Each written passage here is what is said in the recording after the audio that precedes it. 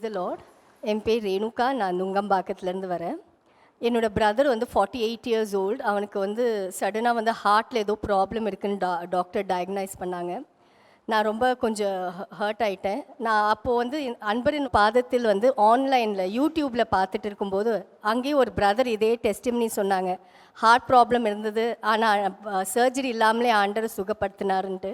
நான் அப்போவே பொருத்தனை பண்ணிக்கிட்டேன், என் பிரதருக்கும் சர்ஜரி இல்லாமல் ஆண்டவர் சுகமாக்கினார்னா நான் வந்து டெஸ்டிமனி சொல்லுவேன்ட்டு. கர்த்தருக்கு ஸ்தோத்திரம். குவிக் சிடி ஸ்கேனில் அவனுக்கு பிளாக் இல்லாதபடிக்கு மருந்துலேயே சுகப்படுத்தலான்னு சொல்லி டாக்டர் சொன்னாங்க. அதுக்காக கர்த்தரை ஸ்தோத்திரிக்கேன். செகண்ட் வந்து நான் வந்து ரிலேட்டிவில் மேரேஜ் பண்ணதுனால என் குழந்தைக்கு குறைவு இருந்தது கண்ணில். டாக்டர் சொன்னாங்க, இந்த ரிலேட்டிவில் மேரேஜ் பண்ணால் கண்ணில் வந்து விஷன் வந்து டிமினிஷ் ஆகிட்டே இருக்கும், அதுக்கு வந்து எந்த ட்ரீட்மெண்ட்டே இல்லை. ஆனால் கர்த்தருக்கு ஸ்தோத்திரம், 8 வயசு தான் நாங்கள் கண்டுபிடிச்சது. நான் வந்து டாக்டர்ஸ் கிட்டே போகாமல் நான் வசனத்தை மட்டும் அறிக்கை பண்ணி நான் பாஸ்டருக்கும் எனக்கு ஒரு அப்பாயின்மெண்ட் கிடச்சிது. நானும் ப்ரேயர் பண்ணேன். பிரதர் அங்கிள் சொன்னார், எதுவுமே நடக்காது, சுகம் ஆகிடும் கண்கள். ஆண்டருக்கு ஸ்தோத்திரம். 10 இயர்ஸ்க்கு அப்புறமா நான் திருப்பி செக்கப் போகும்போது அவனோட விஷனுக்குள்ள எதுவுமே விஷன் குறையாத படிக்க அப்படியே மெயின்டைன் ஆகிடுச்சு. நான் நம்புகிற ஆண்டவர் அவனுக்கு புது கண்கள் கொடுத்துட்டாரு. நான் அதுக்காக சாட்சியாக நிற்பேன். கர்த்தருக்கு ஸ்தோத்திரம். Praise the Lord. Myself Austina Pavitra. நான் கூடுவாஞ்சேரியிலேருந்து வரேன். 2 இயர்ஸாக நான் இந்த அன்பரின் பாதத்தில் நான் அட்டென்ட் பண்ணிகிட்ருக்கேன். ஃபஸ்ட்டு நான் ஹோப்லெஸ்ஸாக தான் நான் வந்துக்கிட்டு இருந்தேன். எங்கள் மம்மி தான் ஹோப் கொடுத்தாங்க. நான் வரும்போது எனக்கு ஜாபே இல்லை. ஜாபுக்காக அங்கிள்கிட்ட வந்து அப்ளிகேஷன் ஃபார்ம் கொடுத்து நான் ப்ரேயர் பண்ணேன். நெக்ஸ்ட் டே வந்து இன்டர்வியூவில் 3 ரவுண்டும் நான் செலக்ட் ஆகிட்டு, என் கூட நல்லா பர்ஃபார்ம் பண்ணவங்களாம் செலக்ட் ஆகல. ஆனால் நான் ஆண்டவர் வந்து என்னை செலக்ட் பண்ண கிருபை செய்தார். அது மட்டும் இல்லாமல் பிளட் டெஸ்ட் எடுக்க சொன்னாங்க. ஃபிட்னஸ் சர்டிஃபிகேட்டில் வந்து எனக்கு ஹீமோக்ளோபின் கம்மியாக இருக்குதுன்னு சொன்னாங்க. பட் ஆண்டவர் அங்கே வந்து எனக்கு எல்லாத்தையுமே தடை இல்லாமல் எனக்கு எல்லாத்தையும் முடித்து ஏர்போர்ட்டில் எனக்கு ஒரு நல்ல ஜாப் கிடைக்க செய்தார். அங்கேயும் நிறைய ஸ்ட்ரகிள்ஸ் நான் ஃபேஸ் பண்ணேன். ஸ்ரீலங்கன் ஏர்லைன்ஸ்லேருந்து எனக்கு ஏர் இண்டியாவில் ஒரு நல்ல இது கொடுத்தாங்க பொசிஷனை. கர்த்தருக்கு ஸ்தோத்திரம். அங்கிளுக்கு ரொம்ப தேங்க்ஸ். கர்த்தரின் பரிசுத்த நாமத்துக்கு ஸ்தோத்திரம். என் பேர் அமுதாராணி. நான் ஆதம்பாக்கத்துலேருந்து வரேன். டிசம்பர் மந்த் வந்து எனக்கு கொஞ்சம் ரொம்ப ப்ளீடிங் ஆகிட்டு இருந்தது. ஸ்டொமக் கொஞ்சம் பெயினாக இருந்தது. டாக்டர் கன்சல்ட் பண்ண போனோம். அப்புறம் டாக்டர் நான் சொன்ன சிம்டம்ஸ்லாம் வச்சு பார்த்துட்டு, உங்களுக்கு கட்டி இருக்கலாம், நீங்கள் உடனே போய் எம்ஆர்ஐ ஸ்கேன் எடுங்க அப்படின்னு சொன்னாங்க. அப்புறம் நான் வந்து உடனே எடுக்கலை. நான் சரி அன்பரின் பாதத்தில் வந்து நம்ம ப்ரேயர் பண்ணிவிட்டு அப்புறம் போய் ஸ்கேன் எடுக்கலாம்னு சொல்லிவிட்டு ஜான்வரி வந்து ப்ரேயருக்கு வந்தேன் நான். அப்போ எனக்கு வாக்குத்தத்த வசனம் வந்து, ஜனங்கள் ஒருபோதும் வெக்கப்பட்டு போவதில்லை என்று எனக்கு வாக்கு கொடுத்தாரு.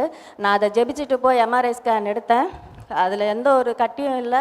கர்த்தர் எனக்கு நான் கிருபையாக எல்லாவற்றையும் நார்மலாக்கி கொடுத்தார். கர்த்தரின் பரிசுத்த நாமத்திற்கு கோடான கொடி ஸ்தோத்திரம். Praise the Lord. என் பேர் சந்தான்ராஜ். நான் போரூர்லேருந்து வரேன்.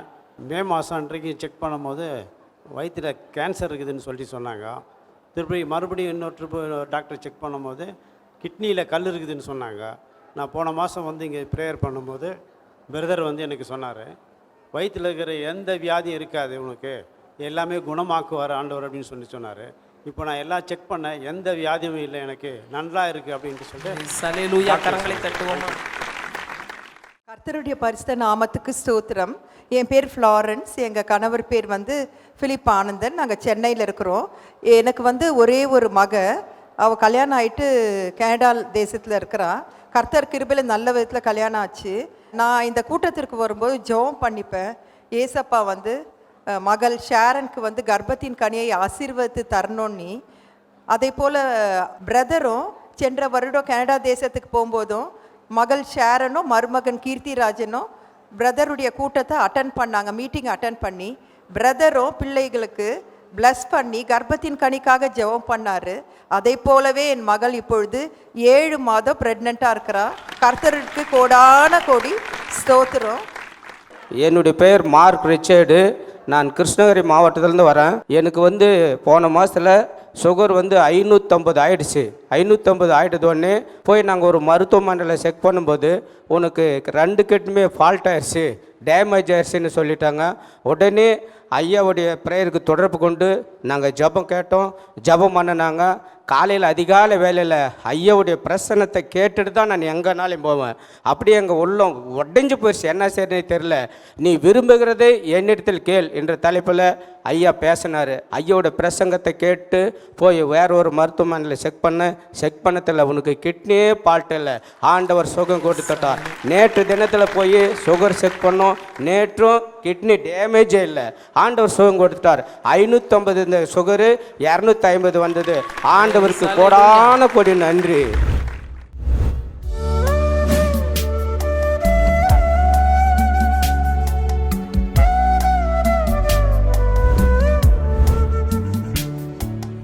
கிறிஸ்துவுக்குள் மிகவும் பிரியமான எனதருமை சகோதர சகோதரிகளே, நம்மை சிருஷ்டித்தவரும் நம்மை உண்டாக்கினவரும் நம்மை ஒருபோதும் மறந்து போகாதவருமாகிய இயேசு கிறிஸ்துவின் இணையற்ற நாமத்தினாலே உங்கள் எல்லாரையும் வாழ்த்தி ஆசீர்வதிக்கிறேன். அல்லேலூயா.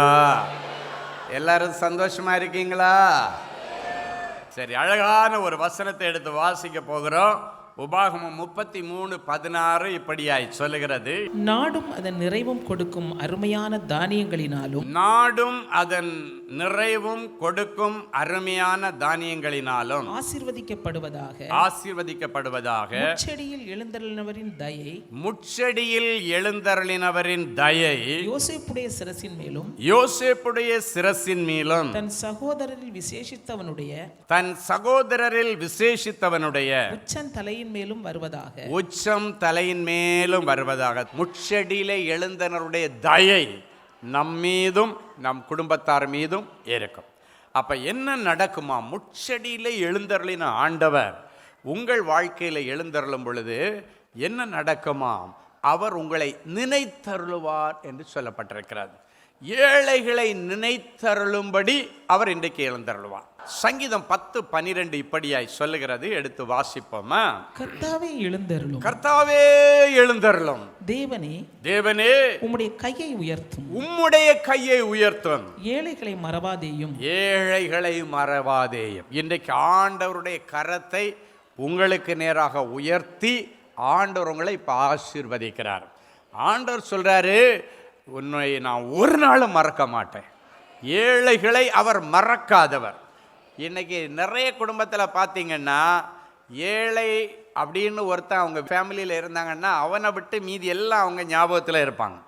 அவனை மட்டும் எப்பமோ ஒரு வாட்டி நினச்சி பார்ப்பாங்க. எப்போ நினைப்பாங்கன்னா, அவன் சம்பந்தப்பட்ட ஏதாவது ஒரு காரியம் வரும்போது மட்டும்தான் அவங்களுக்கு ஞாபகம் வரும், மற்றபடி அவங்களுக்கு ஞாபகம் வராது. நம்ம ஆண்டவருக்கும் மனுஷனுக்கும் என்ன வித்தியாசம்னா, ஆண்டவர் ஏழைகளை மறக்காத ஆண்டவர்.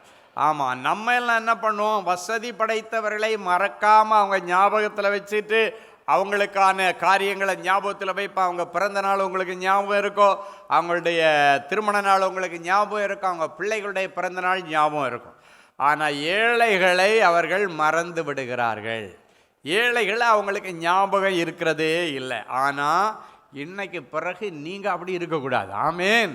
எல்லாரையும் சரிசமமாக பார்க்கணும். சொல்லுங்க, சரிசமமாக. கையை சொல்லுங்க, சரிசமமாக. ஆமேன். ஆமாம், ஏழை பணக்காரன் என்பது ஆண்டவருடைய முன்னால் கிடையாது. ஆண்டவருடைய பிள்ளைகள் முன்னிலையிலையும் அது இருக்கவே கூடாது. ஹல்லேலூயா. ஒரு நாளும் அவிசுவாசம் உங்கள் வாழ்க்கையில் வந்துடக்கூடாது. ஒரு நாளும் ஆண்டவரை நீங்கள் தூசிச்சிடக்கூடாது. ஏன்னா ஆண்டவருக்கு தீமை செய்ய தெரியாது.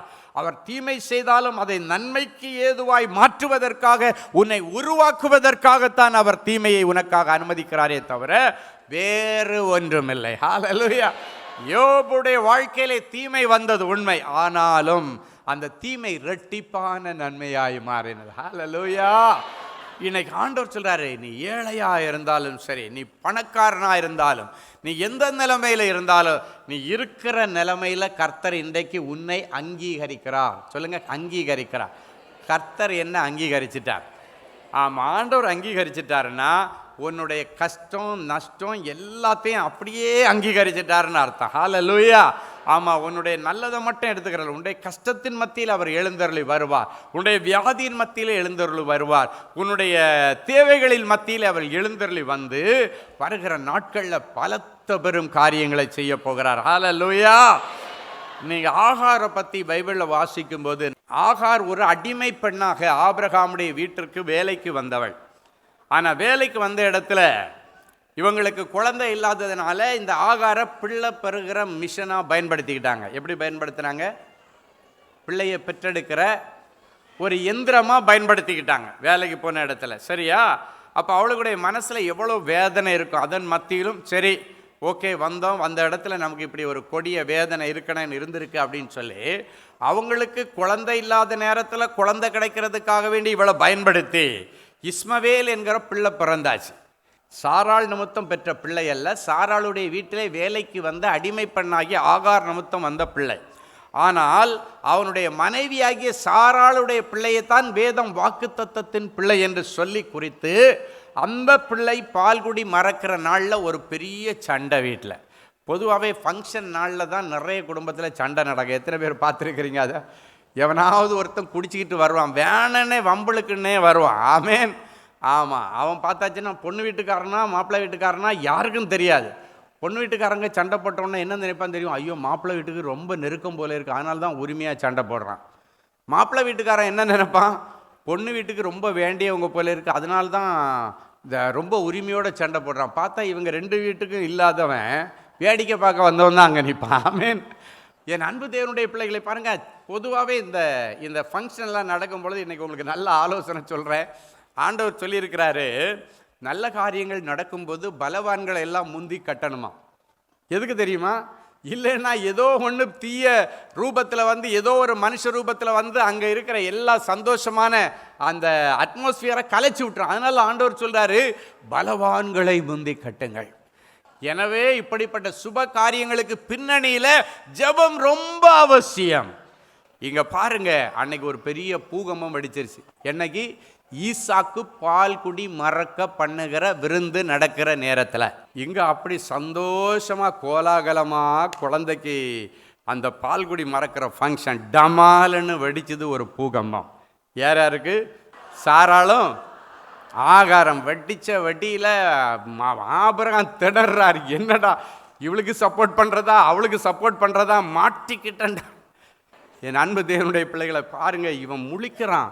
கடைசியாக ஆகார் நிற்கிற, இவளை வெளியே அனுப்பி ஆகணும். அவளா நானா முடிவு பண்ணேன், பைபிளில் இருக்கிறத நான் அப்படியே சொல்கிறேன். அவளை அப்போ ஆபிரகாமுக்கு ஒரு பக்கம் ஐயோ குழந்தையும் கையுமா நிற்கிறாள், ஒரு வாலிப பையன் கிட்டத்தட்ட 15 வயசு பையனோட நிற்கிறாள். இவன் எங்கே போவா, இவளுக்கு யாருமே கிடையாது, இவன் அனாதையாக வந்தவாச்ச, அவனுக்கு படப்படன்னு அடிச்சுட்டே கிடக்கு. ஆனாலும் வேற வழி இல்லை, மனைவியை திருப்திப்படுத்துறதுக்காக வேண்டி அந்த காரியத்துக்கு ஒத்துக்கொள்ள வேண்டிய சூழ்நிலை.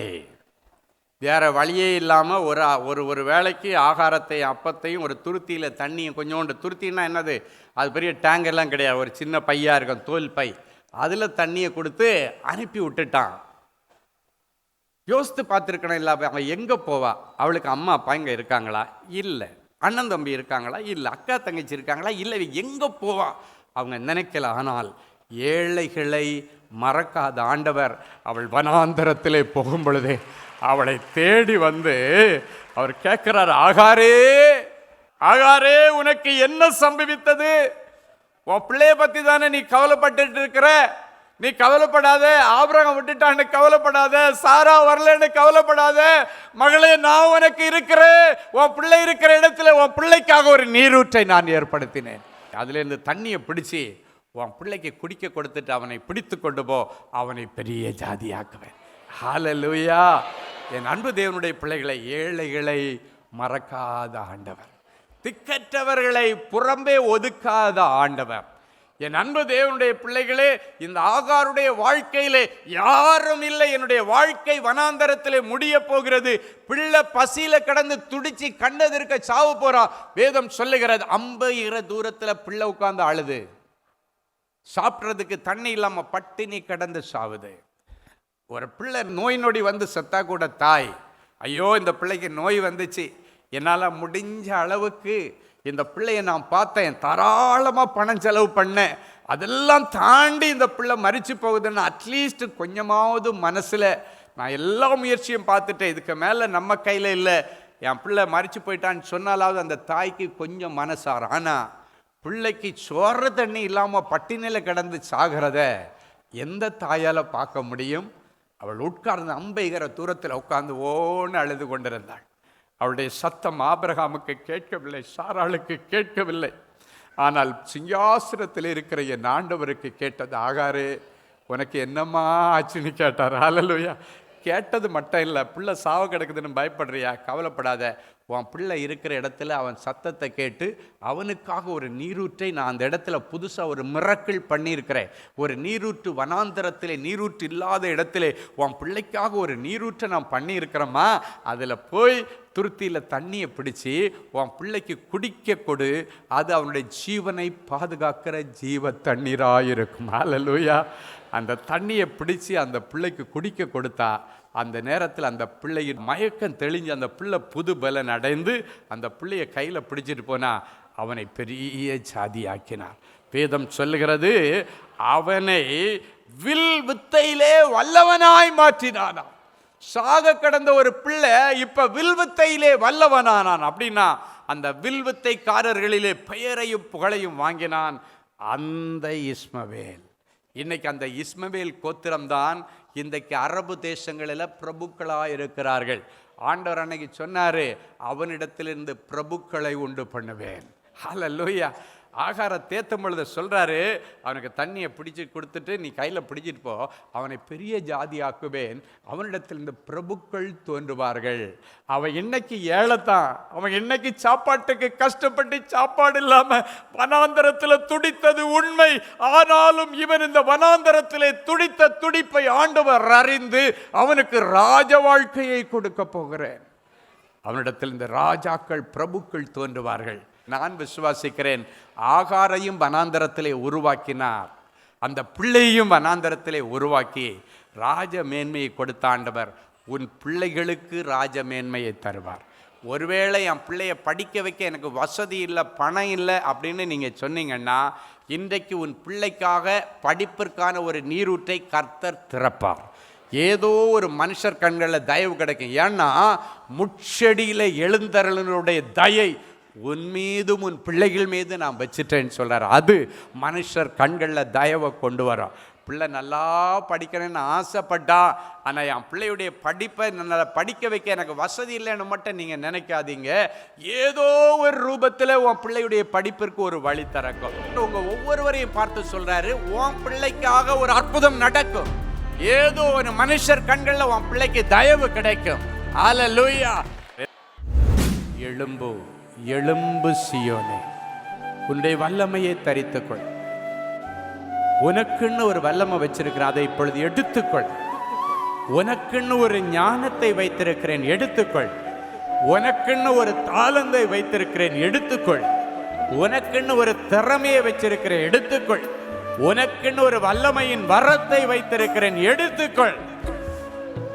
முட்செடியிலே எழுந்தருளினோருடைய தயை உன் மீதும் உன் குடும்பத்தார் அனைவர் மீதும் இப்பொழுது அமருகிறதற்காய் ஆண்டவருக்கு நன்றி செலுத்துகிறேன். ஆண்டவரே உமக்கு நன்றி. கர்த்தர் இவர்களுக்கு தயை செய்கிற காலமும் குறித்த நேரமும் வந்திருக்கிறதற்காய் உமக்கு நன்றி, உமக்கு நன்றி, உமக்கு. ஆண்டவரே எனக்கு இரங்கும் என்று கண்ணீரோடு வந்திருக்கிற இவர்களுடைய வாழ்க்கையில் ஆண்டவரே எல்லா ஏழ்மையை நீர் மாற்றி போடுவீராக. ஏழைகளை மறக்காத தேவனே, பர்த்திமேயு என்கிற ஏழை குருடருடைய சத்தத்தை கேட்டு நின்று அற்புதம் செய்த தேவனே, ஏழை ஆகாருடைய கண்ணீரை கண்டு அவளுக்கு ஒரு அற்புதத்தை செய்து பிள்ளைக்கு வாழ்வு கொடுத்த தேவனே, இவங்க ஒவ்வொருடைய பிள்ளைகளுக்கு வாழ்வுதார். படிக்க வழி திறக்கட்டும் ஆண்டவரே, வாழ்வதற்கு வழி திறக்கட்டும், நிரந்தர வருமானத்திற்கு வழி திறக்கட்டும், பெர்மனன்ட் ஜாபுக்கு வழி திறந்து தருவீராக.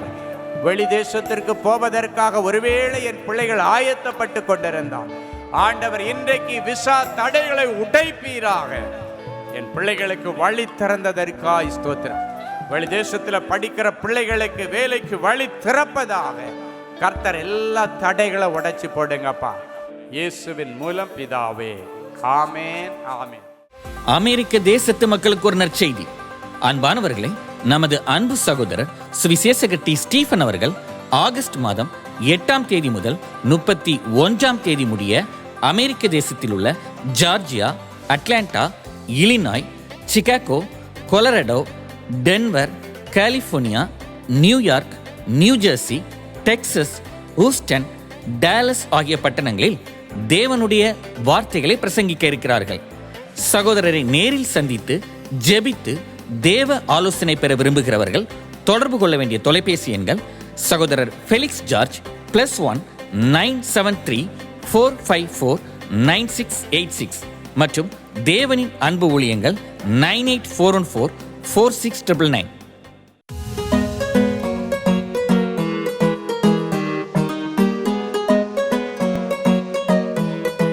தேவனின் அன்பு ஊழியங்கள் நடத்தும் இஸ்ரேல் தேச புனித பயணம். அன்பானவர்களே, ஆண்டவராகிய இயேசு கிறிஸ்து பிறந்து வளர்ந்து ஊழியம் செய்து மரித்து அடக்கம் பண்ணப்பட்டு உயிரோடு எழுந்த புனித ஸ்தலங்களை கண்டு மகிழ இதோ ஓர் அரிய வாய்ப்பு.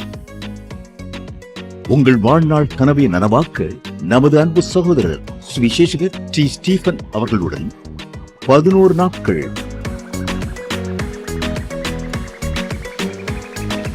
எகிப்து,